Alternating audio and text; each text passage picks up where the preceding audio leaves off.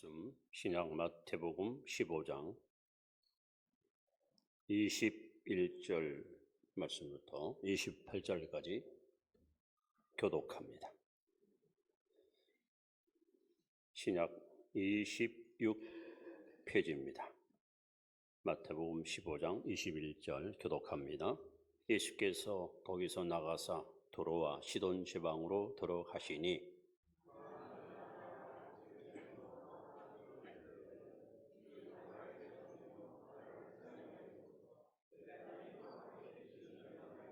예수는 한 말씀도 대답하지 아니하시니 제자들이 와서 청하여 말하되 그 여자가 우리 뒤에서 소리를 지르오니 그를 보내소서.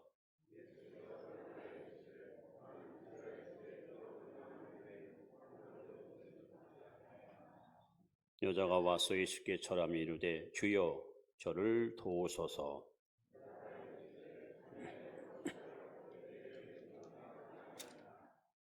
여자가 이르되 주여 올소이다마는 개들도 제 주인의 상에서 떨어지는 부스러기를 먹나이다 하니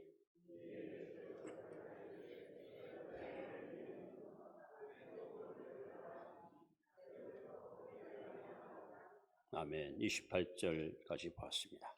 만약에 국회의원 후보자로 출마했다면 지역 주민들의 마음을 좀 감동을 줄 텐데 감동 주는 사람이 별로 없어요.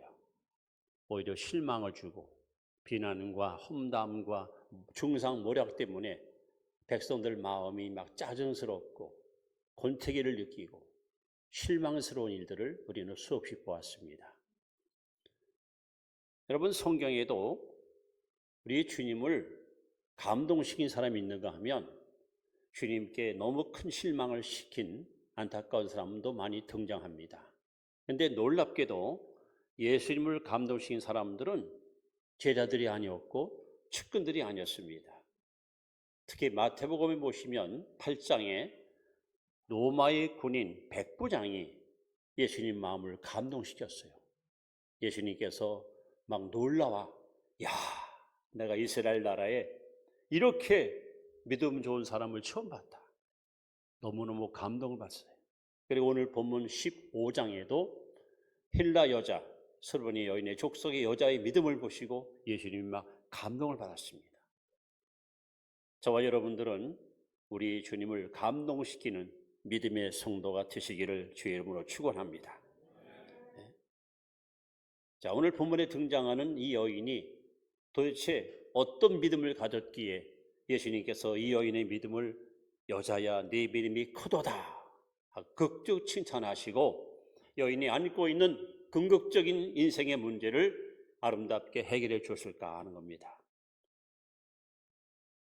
히브리 11장 6절에 보시면 믿음이 없이는 하나님을 기쁘시게 할 수 없나니 우리가 하나님을 기쁘게 하는 비결은 오직 믿음밖에 없습니다. 그 믿음만이 하나님 마음을 우리가 움직일 수 있고 하나님께 감동을 줄 수가 있는데 오늘 바로 이 여인을 통해서 우리가 본받아야 될 진정한 믿음의 가치를 이 시간 여러분 말씀 듣는 가운데 깨닫고 분별할 수 있기를 바랍니다. 자, 예수님을 감동시켰던 스로베니 여인의 믿음은 그러니까 어떤 믿음이었을까 하는 겁니다. 자, 첫째는 불리한 조건을 극복한 믿음이었다 하는 겁니다. 불리한 조건을 극복했다.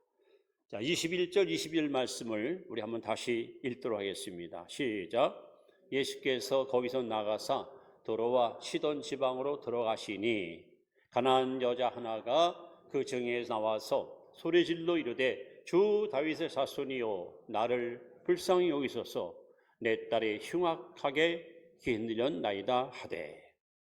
자, 여기 보면은 이 여인은 믿음을 가질 조건이 하나도 없어요. 다시 말하면 믿음을 소유할 수 있는 어떤 좋은 여건을 전혀 갖지를 못했습니다. 그는 이방인이었습니다. 그는 여인이었습니다.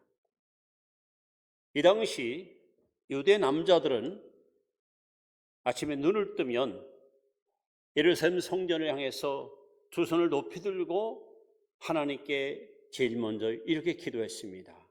하나님, 나로 하여금 이방인이 아닌 유대인으로 태어난 것을 감사합니다. 하나님, 나로 하여금 여자가 아닌 남자로 태어난 것을 감사합니다. 하나님, 나로 하여금 자유인, 노예가 아닌 자유인으로 태어난 걸 감사합니다. 유대인이라면 매일 아침마다 하나님께 이 세 가지 기도를 드렸습니다. 그렇다면 이 당시 여자들은 얼마나 비참하고 인격적으로 모욕을 당하고 인간 이하에 취급받을 수밖에 없는 어쩌면 비천한 위치에 있던 사람들이 여인이었습니다. 그런데 이 사람은 이방인입니다. 이 사람은 여자였습니다. 더군다나 오늘 본문 보시면 이 여자가 살고 있는 동네가 나옵니다. 바로 두로와 시돈 지방이라 하십니다. 두로와 시돈. 오늘날 오늘날 레바논이죠. 오늘날 레바논. 이 지역 사람들을 이슬람 사람에 대해서 어떤 적개심을 갖고 있었어요. 적개심. 그래서 유대인만 보면은 막 대들고 욕하고 돌 던지고 죽이려고 하고, 또 유대인들은 이 사람들을 개처럼 취급했습니다. 놀랍게 예수님도 이런 말씀을 했잖아요. 자녀의 떡을 개에게 주는 것이 합당치 않다. 예수님조차도 이방 여자를 보고 개라고 취급했을 만큼 이 여자는 그야말로 아무런 좋은 조건을 갖고 있지 못했습니다. 이러한 불합리한 관계, 이러한 나쁜 상황 속에서도 주님의 마음을 감동시키는 믿음을 가졌다는 것은 정말 대단히 놀라운 일이 아닐 수 없습니다. 여러분, 사람들은 대부분 이런 이야기를 합니다. 저분은 모태신이 아니니까 얼마나 좋을까? 아버지가 목사니까 얼마나 좋을까? 아버님이 장로니까 얼마나 좋을까? 그렇다고 여러분, 자녀들이 과연 믿음 생활 잘할까요? 또 저 사람은 오랜 세월 동안 우상을 섬겼던 불신의 가정인데 그 불신 가정 속에서 믿음을 지키기가 얼마나 힘들까? 과연 믿음 지키기 어려울까요? 결코 조건이나 상황이 믿음을 갖는 데 여러분 방해될 수는 없다는 겁니다. 오히려 이 여인은 이 불리한 조건을 뛰어넘었습니다. 이 불리한 조건을 극복하고 나갔습니다. 오히려 이 불리한 조건 때문에 주님 앞에 칭찬받는 아름다운 믿음의 여인이 되었습니다. 특히 이 여인은 지금 남동조 외동딸이 흉악한 귀신 들려가지고 매일같이 사경을 헤매는 안타까운 현상을 눈으로 목도합니다. 지켜보는 어머니 마음이 얼마나 여러분 힘들고 하루하루 삶이 천년처럼 얼마나 지루하고 힘들었겠습니까? 그런데 마침 예수님께서 시돈 지방에 갔다는 소식을 접한 여인은 만서 제쳐놓고 주님께 달려가서 그야말로 도움의 손길을 요청하기 시작합니다. 자신의 불합리한 환경, 여자라는 그런 치욕적인 이유와 혹은 이방쌈이라는 그 이유를 뛰어넘어서 이 여인은 당당하게 주님께 나아가서 이렇게 외칩니다. 주 다윗의 자손이요. 여러분, 대부분 성경에 나오는 대부분의 사람들이 예수님을 부를 때 나사렛 예수 하고 불렀어요.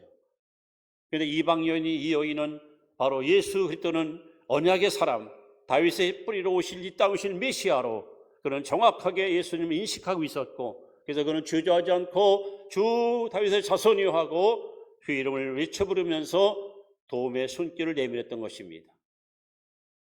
우리 한번 큰 소리로 따라 할까요? 예수가 해답이다.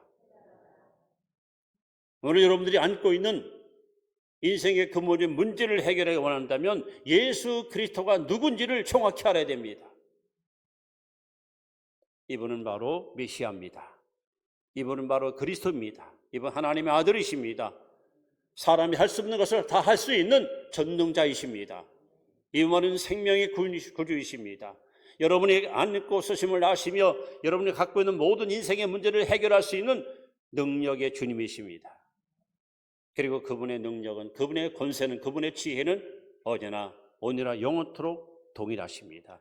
지금도 살아계셔서 성령으로 오셔서 여러분이 안고 있는 인생의 근본적인 문제를 해결할 수 있는 유일한 해결자, 바로 예수 그리스도밖에 없습니다. 그래서 이 여인은 예수님께 뛰쳐나온 겁니다. 나사렛 예수가 아닌 주 다윗의 자손, 언약의 자손 메시아, 내 인생을 해결할 수 있는 유일한 해결자. 그래서 그는 이렇게 불리한 조건을 뛰어넘고 주님께 나올 수 있었습니다. 두 번째, 이 여인에게 배워야 될 아주 중요한 교훈이 있습니다. 두 번째는 힘든 장애물을 뛰어넘는 믿음을 가졌어요. 장애물. 자, 여러분, 이 여인은 지금 4가지 장애물이 가로막혔어요. 안타까운 문제를 갖고 죽게 나갔는데 장애물이 너무 높아요. 장벽이 너무 높아요. 이걸 뛰어넘어야 해결받는데 과연 어떻게 이것을 극복했을까요? 자, 보십시오. 23절에 이렇게 써 있습니다. 자, 예수는 한 말씀도 대답하지 아니하시니. 이게 첫 번째 장애물입니다. 자, 하나님은 지금 우리에게도 말씀합니다. 너는 내게 부르짖으라.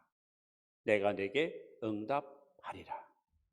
구하라 그러면 주실 것이요, 찾으라 하면 찾을 것이요, 문을 두드리라 그러면 열릴 것이니 내 이름으로 뭘 구하든지 내가 시행하리라. 주님은 우리에게 분명히 응답을 약속했고 내게 오라고 부르셨고 내 문제를 내게 내놓으라고 말씀하셨습니다. 그런데 이게 웬일입니까? 안타까운 문제를 가슴에 끌어안고 예수님께 나아가서 도움을 요청하는데 예수님은 한 말씀도 대꾸하지 않고 침묵하십니다. 침묵하십니다. 얼마나 답답하겠습니까? 여러분들이 어떤 문제를 가지고 하나님 앞에 때로는 열흘, 또는 20일, 때로는 한 달, 2달 기도했는데 아무런 응답이 오지 않아. 아무런 해결책을 찾을 수가 없어. 여러분 얼마나 답답합니까? 여인에게 첫 번째 장애물, 예수님의 침묵. 아무 말씀하지 않습니다. 그만큼 간절하게 절박하게 주 이름을 부르고 도움을 청했으면 무슨 문제를 갖고 오셨어? 어서 얘기해 보시오. 이렇게 나올 줄 알았는데 예수님은 한마디 말씀도 하지 않습니다. 그걸로 끝난 것이 아닙니다. 두 번째 장애물이 여기 써 있습니다. 자, 제자들이 읽어보겠습니다. 시작. 제자들이 와서 청하여 말하되 그 여자가 우리 뒤에서 소리를 지르오니 그를 이번엔 제자들이 방해꾼이 됐습니다. 한마디로 예수님 저 여자 시끄러워요. 저 시끄러운 소리 안 들리십니까? 좀 보내세요. 내쫓으세요. 제자들이 방해를 하고 있습니다. 제자들이 긍휼이 있는 사람이고 사랑이 있는 사람이라면 무슨 일로 오셨습니까? 제가 좀 도울 일이 없을까요? 그러시군요. 잠깐 기다리세요. 제가 주님께 가서 말씀드리겠습니다. 이래야 되는 거 아닙니까? 제자들은 아예 귀찮다는 듯이 예수님, 저 여자가 부르는 소리 안 들리십니까? 언제까지나 저 소리 듣고 계실 거예요? 내보내세요. 좀 쫓아보내세요. 지금 이 여인은 절박한 문제를 갖고 죽게 나왔는데 주변 사람들 12남자들은 도움을 주기는커녕 철저하게 이 여인을 배격하는, 이방이란 여자이기 때문에, 이방 사람이기 때문에, 시돈 사람이기 때문에 그런 거예요. 이런 편견 때문에 그런 거예요. 개만도 못한 여자가 와서 도움을 청하는데 한마디로 귀찮은 거예요. 이런 두 번째 장애물이 예수님과 여자 사이를 가로막고 있습니다. 그럼 포기합니까? 물러갔습니까? 또 다른 장애물이 다가옵니다. 자, 이번에는 24절 말씀을 같이 봅니다. 시작. 예수께서 대답하여 이르시되 나는 이스라엘 집에 잃어버린 양 외에는 다른 데로 보내심을 받지 아니하였노라. 이 말은 뭐예요? 너는 이방 여자야. 넌 이스라엘 사람이 아니야. 나는 이스라엘 잃어버린 양을 살피러 왔지 이스라엘 백성이 아닌 너와는 상관이 없다. 예수님께서 아예 민족적 편견을 가지고 이 여자를 대하기 시작합니다. 참 예수님의 이 거절은 이 여인에게는 엄청난 상처와 부담으로 다가갔을 겁니다. 가뜩이나 이방 여자고 가뜩이나 빛을 잃고 살았던 여자가 안타까운 문제 갖고 저렇게 나왔으면 내가 평소에 듣기로는 예수님은 죄인은 미워하나 죄인을 사랑하시고 병은 미워하나 병든 자를 사랑하신다는데 나같이 안타까운 문제를 갖고 나온 사람들을 거절치 하시고 당신의 사랑으로 품으신다는데 너무나도 예수님은 박정하게 나는 이방 사람한테는 보냄받지 않았다.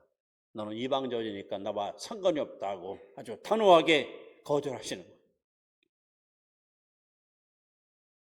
자, 이런 세 번째 장애물까지도 여인에게는 너무도 큰 담장이었습니다.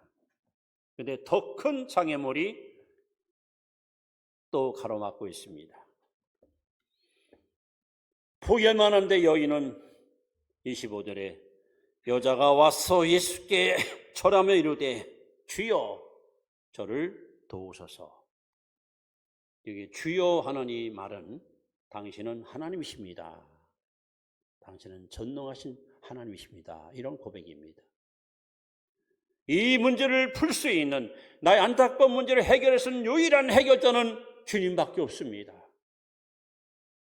내 딸을 고쳐보려고 백방으로 노력해 보았습니다. 힘써 보았습니다.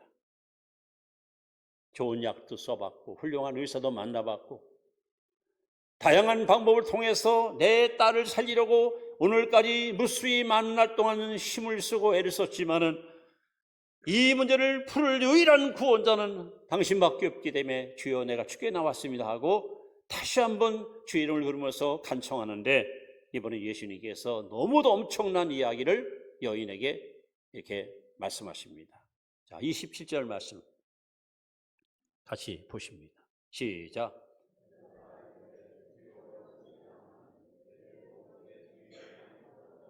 너무 빨리 갔네요. 26절 시작. 대답하여 이르시되 자녀의 떡을 취하여 개들에게 던짐이 마땅하지 아니하니라. 이게 완전히 인격 모독이에요. 드디어 예수님의 입에서 이 여자를 보고 개라고 말해요. 개. 이 당시 유대인들은요 이방 사람을 사람으로 부르지 않았어요. 저 개만도 못한 것들, 저 개 같은 것들.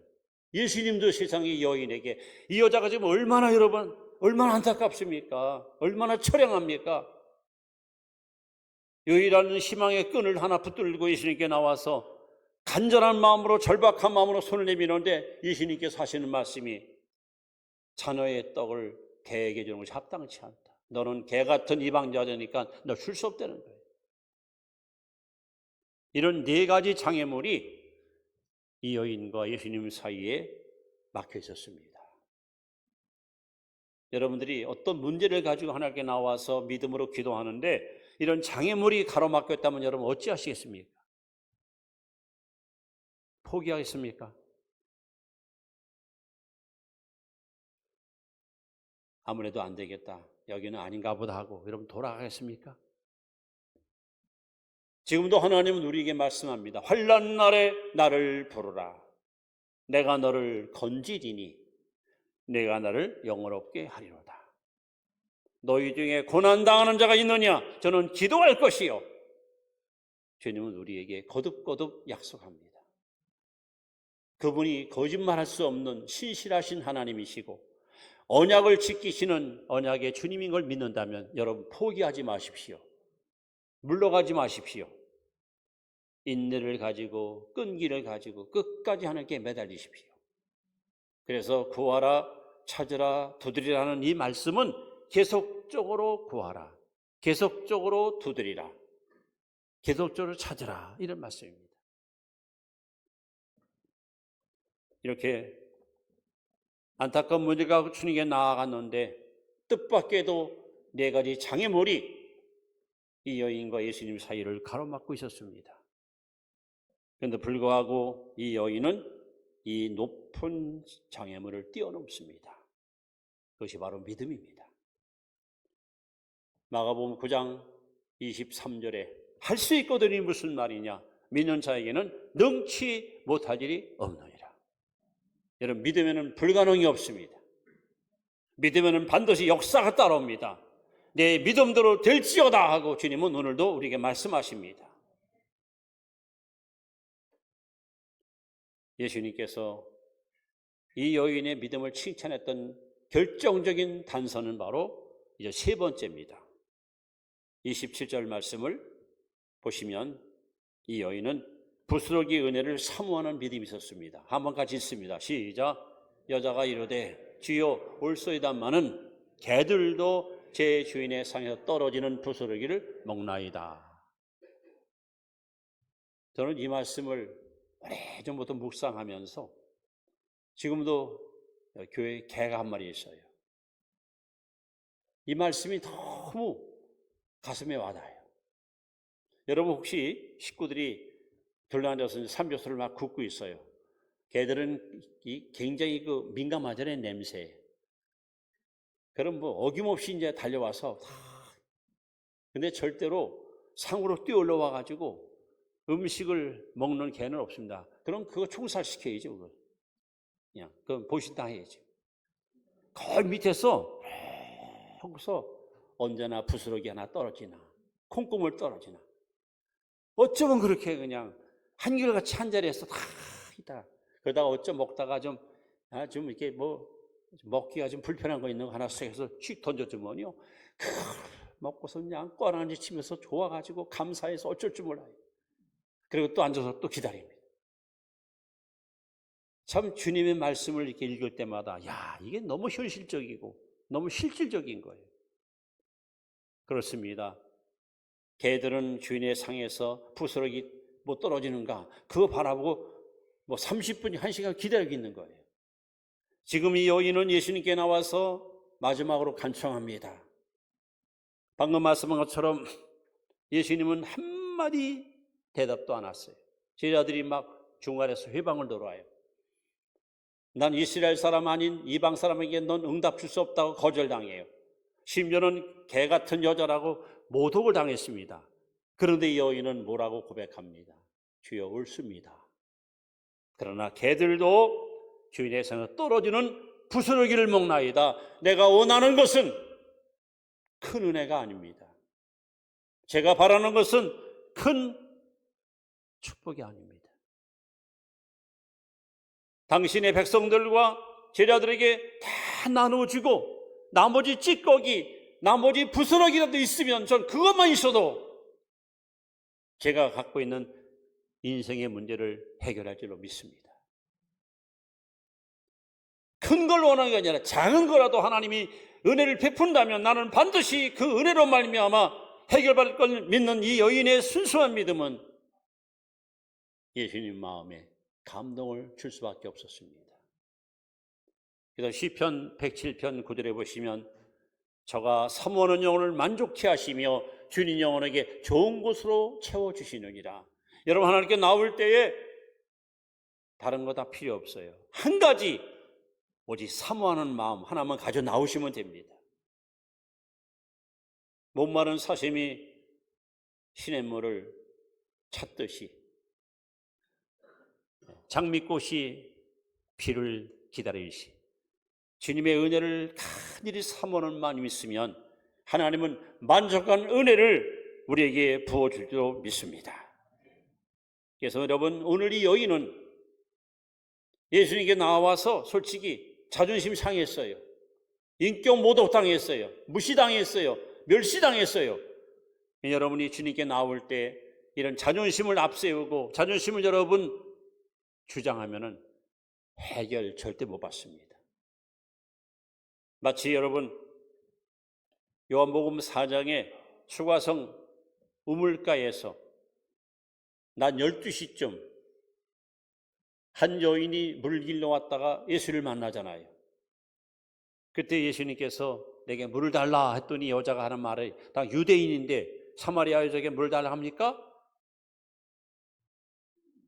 이 물을 마시는 자는 영원히 목마르거니와 내가 주는 물을 마시는 자는 영생하도록 솟아나리라.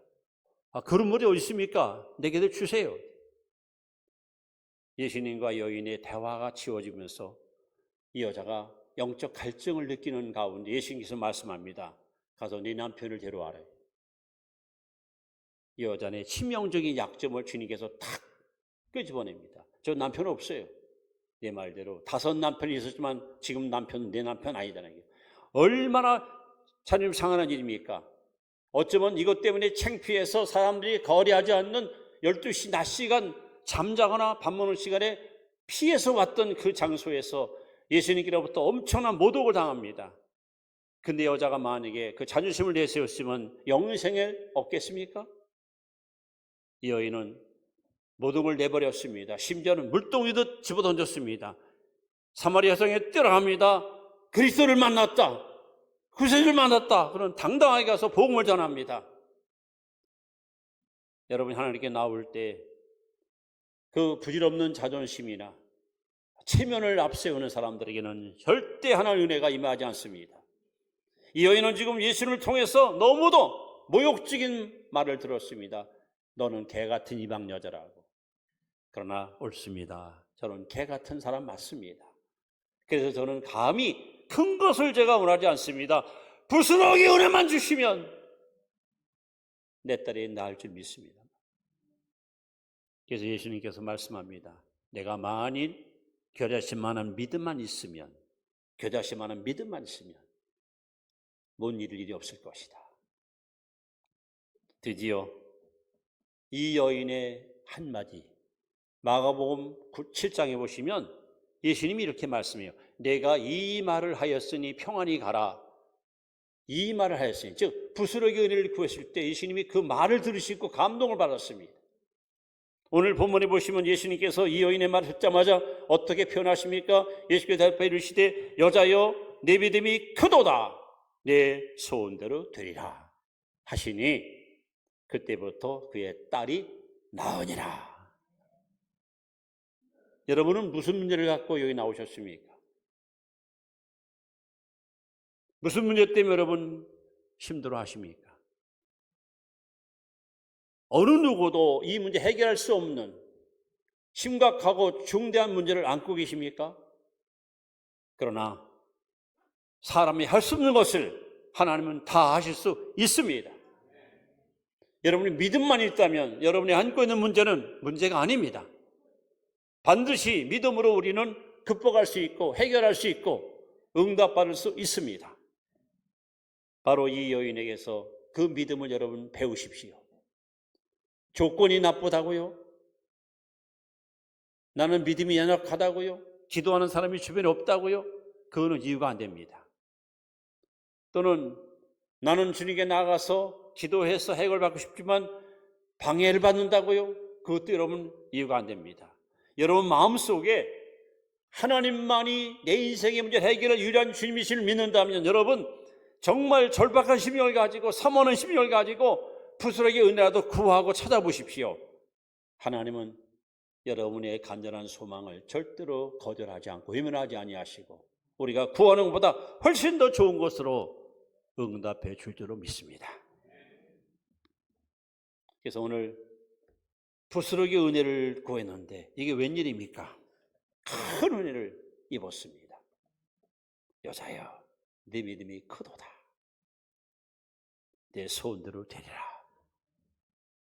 그러면서 여러분 이렇게 말씀을 제가 마무리합니다. 시편 37편 4절 말씀을 함께 여러분 보시면 한번 읽습니다. 시작.